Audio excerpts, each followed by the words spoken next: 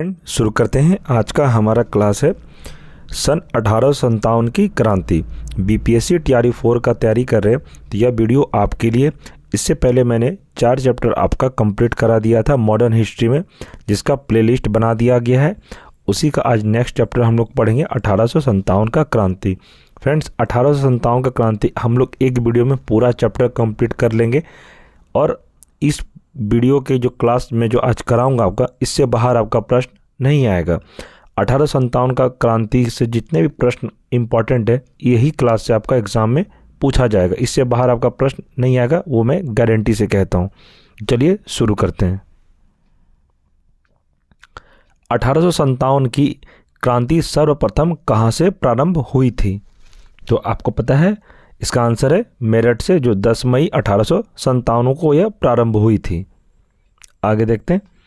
34वीं regiment के सिपाही मंगल पांडे ने किस स्थान पर विद्रोह किया था? तो इसका आंसर हो जाएगा बैरकपुर, जो कि पश्चिम बंगाल में स्थित है। अगला देखते हैं। वर्ष 1857 के स्वाधीनता संग्राम के प्रतीक क्या थे? तो फ्रेंड्स, ये VVI प्रश्न है, ये आप लोग याद रखिएगा, क्योंकि इसमें कह रहा है कि 1857 के स्वाधीनता संग्राम के प्रतीक क्या थे? तो कमल और रोटी, तो यह चिन्ह थे, आप इसको याद रखिएगा। आगे, 1857 के विद्रोह का तात्कालिक कारण क्या था? तो इसका तात्कालिक कारण यह था कि एनफील्ड राइफल में चर्बी वाले कारतूस का प्रयोग होता था। तो इसी के वजह से जितने भी सिपाही थे उन्होंने विद्रोह कर दिया। चर्बी वाले कारतूस मतलब वह सुअर की चर्बी, जो एक राइफल आते थे जो अंग्रेज़ों ने भारतीय सैनिक को दिया था, उसको मुंह से खींचने के बाद वो चलता था। उसी में इन्होंने कहा कि नहीं, सुअर वाला चर्बी हम लोग नहीं इस्तेमाल करेंगे, इसलिए इन्होंने विद्रोह कर दिया, नहीं हम लोग इसका राइफल यूज़ नहीं करेंगे, सुअर चर्बी वाले। और आगे देखते हैं।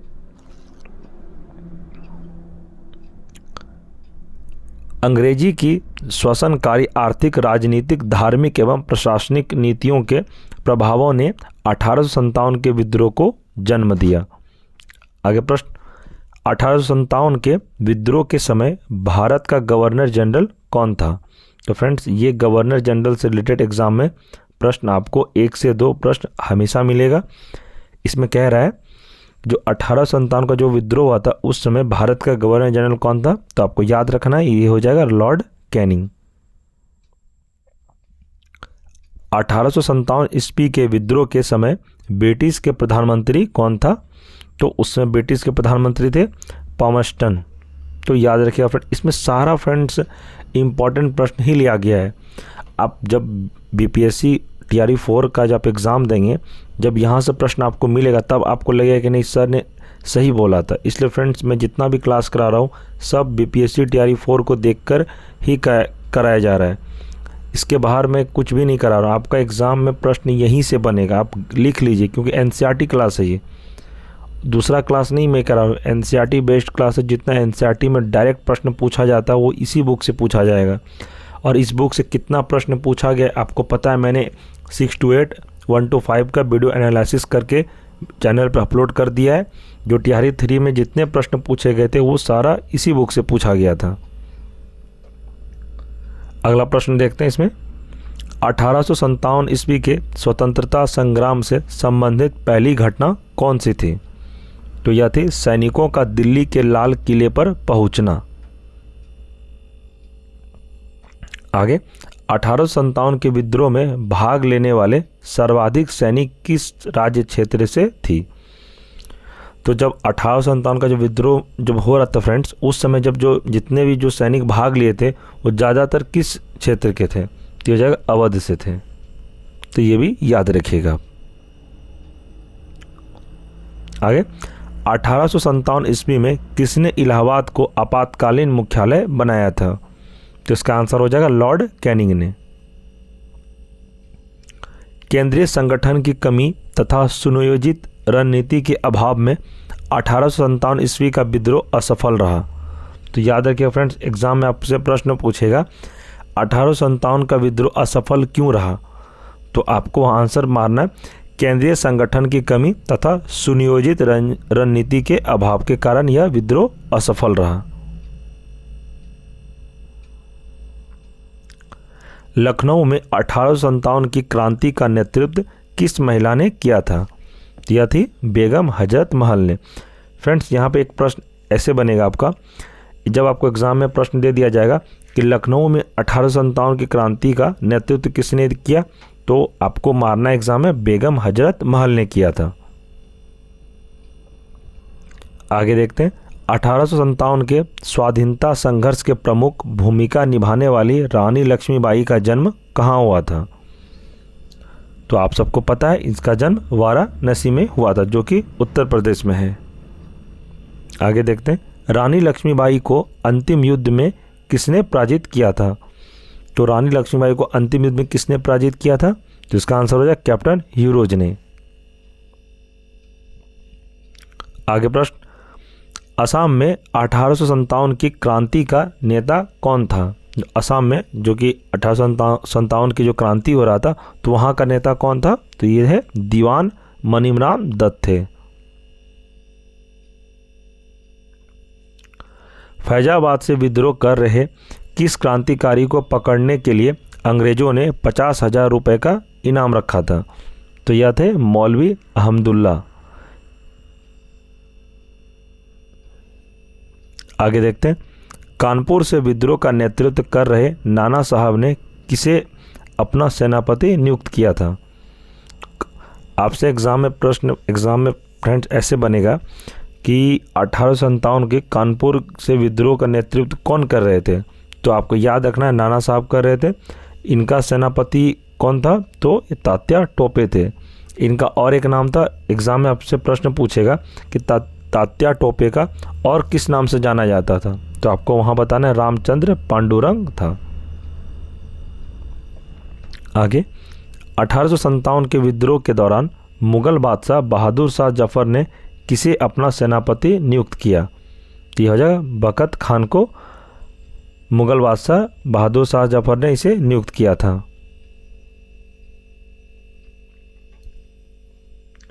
इसमें फ्रेंड्स कह रहा है 1857 ईस्वी के विद्रोह के प्रमुख केंद्र व प्रमुख विद्रोहियों नेता। जैसे कि देखिए, जगह है दिल्ली, उसमें विद्रोहियों के नेता कौन थे? बहादुर शाह द्वितीय, बकत खान थे, और विद्रोही तिथि का डेट क्या? 11 मई 1857। दमनकर्ता नीलकंठ हडसन थे। तो फ्रेंड्स, इसमें मैं आपको बता देता हूँ, इसमें एग्जाम में बीपीएससी टीआरई 4 में कौन सा इंपॉर्टेंट है आपके एग्जाम से रिलेटेड, सारा आपको याद नहीं रखना है। मैं बता रहा हूँ कौन कौन इंपॉर्टेंट है। एक फ्रेंड्स आप याद रखना है आपको, लखनऊ का बेगम हजरत महल, जो कि 1857 क्रांति का इन्होंने ही वहाँ से लखनऊ से इन्होंने इसका युद्ध में भाग लिया था, बेगम हजरत महल ने। दूसरा फ्रेंड्स आपको याद रखना है झांसी, जो रानी लक्ष्मीबाई 1857 क्रांति की इन्होंने ही वहाँ से भाग लिया था। आगे है कानपुर का नाना साहब तात्या टोपी 5 जून 1857। और है यहाँ पे फैजाबाद, आपको याद रखना है मौलवी अहमदुल्ला। और एक सबसे इम्पोर्टेंट है जगदीशपुर, जो कि कुंवर सिंह अमर सिंह है, जो 12 जून 1857 को विलियम टेलर और विसेंट ऑयर दमन करता थे ये। और एक फ्रेंड्स ये है बरेली, खान बहादुर खान से रिलेटेड। बस फ्रेंड्स इतना याद रखना, इससे ज़्यादा आपको याद नहीं रखना है। आगे प्रश्न देखते हैं। वर्ष 1857 के विद्रोह के दमन के पश्चात भारत शासन अधिनियम 1858 पारित किया गया। इसके माध्यम से भारत का शासन ईस्ट इंडिया कंपनी के हाथों से निकलकर ब्रिटिश क्राउन के हाथों में चला गया। तो फ्रेंड्स आपसे एक क्वेश्चन एग्जाम में पूछा जाएगा कि ईस्ट इंडिया कंपनी, जो कि ईस्ट इंडिया कंपनी के जो पावर थे, तो उस किस वजह से ब्रिटिश क्राउन के हाथ में चला गया? तो यह हो जाएगा ब्रिटिश वर्ष 1857 के विद्रोह के दमन के पश्चात भारत शासन अधिनियम 1858 पारित किया गया। जब ये 1857 का विद्रोह हुआ तो फ्रेंड्स उसके बाद भारत शासन अधिनियम 1858 पारित किया गया। इसके माध्यम से भारत का शासन, जो यहाँ पर जितने भी पावर में थे, जितने भी जो यहाँ पर सरकार चला रहे थे, ये इनके माध्यम से तो भारत शासन ईस्ट इंडिया कंपनी के हाथ से निकलकर यह ब्रिटिश क्राउन के हाथ में चला गया। उसके बाद ब्रिटिश से ही भारत को चलाया जाने लगा। आगे, महारानी विक्टोरिया ने भारतीय प्रशासन को ब्रिटिश राज के नियंत्रण में लेने की घोषणा कब की थी? तो इसका आंसर है 1 नवंबर 1858 को। आगे, 1857 के विद्रोह के दमन के पश्चात भारतीय सेना का पुनर्गठन के लिए किस आयोग का गठन किया गया? तो इसका आंसर हो जाएगा पील आयोग का। फ्रेंड्स, ये आपको VBI बना के रखना है, इसको आपके एग्ज़ाम में यह प्रश्न पूछा जा सकता है। ये प्रश्न TRE 3 में 6 to 8 में पूछा गया था, इसलिए मैं कह रहा हूँ इसको आप याद रखिएगा। वर्ष 1858 के भारत शासन अधिनियम के द्वारा किसे भारत का प्रथम वायसराय बनाया गया?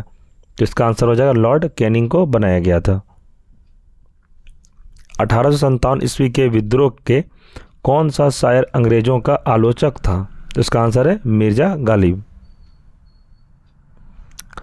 एक नोट में देखते हैं फ्रेंड्स, भारत के शिक्षित मध्यम वर्ग तथा जमींदारों ने 1857 के विद्रोह में तटस्थता बनाए रखी थी।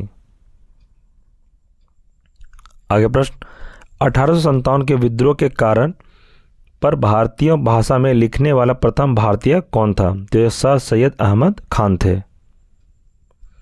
वर्ष 1857 के विद्रोह में बिहार का नेतृत्व जगदीशपुर के जमींदार वीर कुंवर सिंह द्वारा किया गया। फ्रेंड्स, BPSC TRE 4 में ज़्यादातर बिहार से रिलेटेड क्वेश्चन पूछा जाता है, तो आप ये कुंवर सिंह वाला याद रखिएगा कि 1857 के विद्रोह में बिहार का नेतृत्व जगदीशपुर के जमींदार वीर कुंवर सिंह द्वारा किया गया था। 1857 ईस्वी के स्वतंत्रता संग्राम में किस राजवंश ने अंग्रेजों की सर्वाधिक सहायता की थी? तो इसका आंसर हो जाए ग्वालियर के सिंधिया परिवार ने अंग्रेजों की सहायता की थी।